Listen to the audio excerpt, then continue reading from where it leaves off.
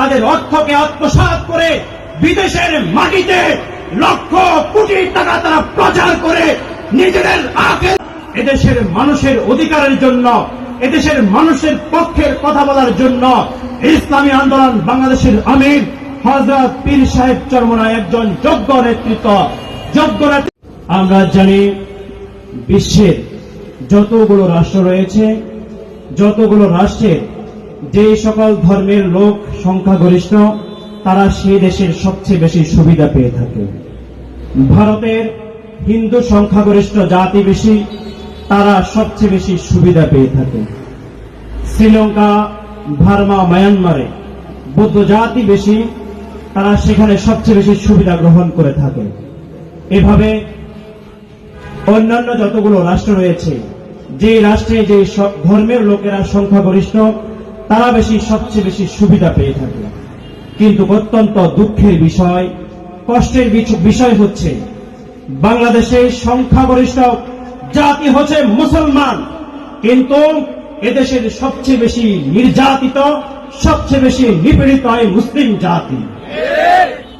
এদেশের মুসলমানেরা যখন কোন ইসলামী মাহফিলের আয়োজন করতে হয়, তখন তাদের অনুমতি লাগে।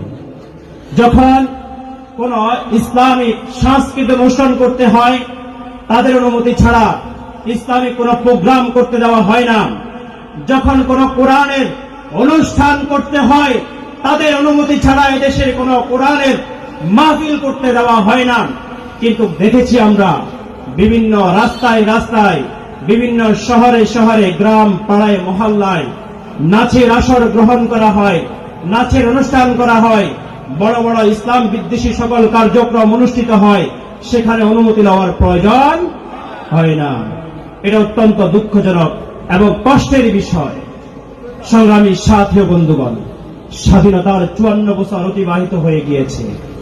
এই স্বাধীনতার 54 বছরে যতজন যারা এদেশের নেতৃত্বের ভার বহন করেছে, যারা এদেশের নেতা হয়েছে, এদেশের সাধারণ জনগণ, শ্রমিক, কৃষক, মেহনতি মানুষের মাথার উপরে কাঁঠাল ভেঙে তারা এদেশের মানুষকে শাসন আর শোষণ করেছে। এদেশের মানুষের অধিকারের দিকে কেউ ফিরেও চায়নি, দেখেনি কোন মানুষের কষ্ট কেমন।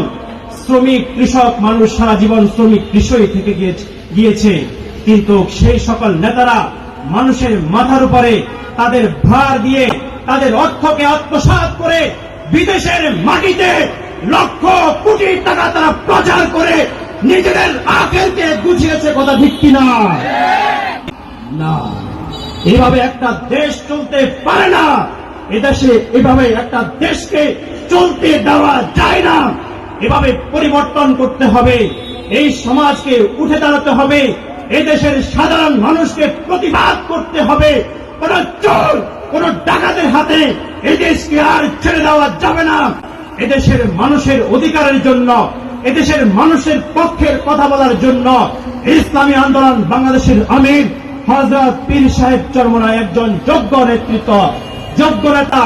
এই জন্য পীর সাহেব চরমনায় নেতৃত্বে আগামী নির্বাচনে, জাতীয় সংসদ সহ ইউনিয়ন নির্বাচনে, সকল নির্বাচনে ইসলামী আন্দোলন বাংলাদেশের সমর্থিত প্রার্থীকে হাত মাথায় মার্কায় ভোট দিয়ে এদেশের মানুষের, সাধারণ কৃষক, শ্রমিক, মেহনতি মানুষের পেছনে তাদের জন্য কাজ করার জন্য সহযোগিতা করবেন বলে আমি আমার আশা ব্যক্ত করি।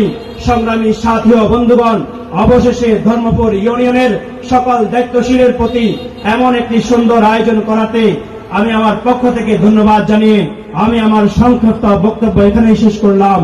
নাসরুম মিনাল্লাহি ওয়া ফাতহুন কারীব ওয়া বাশশিরিল মুমিনিন।